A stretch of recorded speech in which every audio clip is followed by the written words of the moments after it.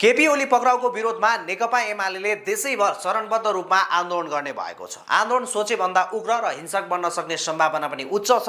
साथै उता कांग्रेसको भातृ संगठन तरुण दलले पनि सरकारलाई आफ्नो गल्ती सच्याउन चेतावनी दिइरहेको छ। यस्तो बेला के छ त बालेन सरकारको सुरक्षा तयारी? आउनुहोस् आजको यो भिडियोमा गहिराईमा गएर चर्चा गरौँ। एमालेको आज बसेको आकस्मिक सचिवालयको बैठकले 4 चरणको आन्दोलन गर्ने निर्णय गरेको छ, जसमा पहिलो चरणमा आज दिउँसो 3 बजे प्रत्येक जिल्लाको सदरमुकाम र माइतीघर मण्डलमा जनसंगठनको तर्फबाट आन्दोलन गरिने भएको छ। यस्तै भोलि अर्थात् आइतबार प्रत्येक जिल्लाभर नै व्यापक प्रदर्शन सहित सम्बन्धित जिल्लाका सिडिओलाई विरोध पत्र बुझाउने तयारी गरिएको छ। यस्तै लोकतन्त्र र कानुनी राज्यका पक्षधर सबै दलहरूसँग संवाद र सहकार्य गर्ने, नागरिक समाज र आम जनसमुदायसँग पनि सहकार्य गर्ने निर्णय गरेको छ।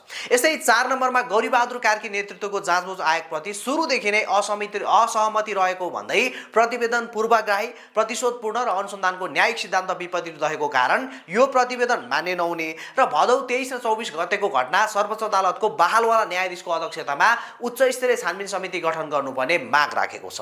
साथै नेपाली कांग्रेस पनि सरकारको विरुद्धमा उभिने भएको छ। अबको केही बेरपछि कांग्रेसले आधिकारिक धारणा सार्वजनिक गर्दैछ।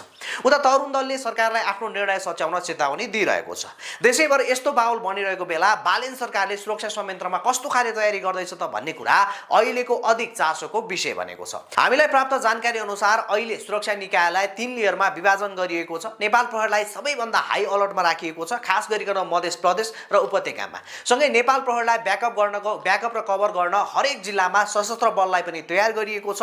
अनि तेस्रो लेयरमा सिंहदरबार, सर्वोच्च अदालत, जिल्ला अदालत लगायतका संवेदनशील क्षेत्रहरूको सुरक्षा जोखिमलाई ध्यानमा राख्दै सेनालाई पनि तयारी अवस्थामा राखिएको छ।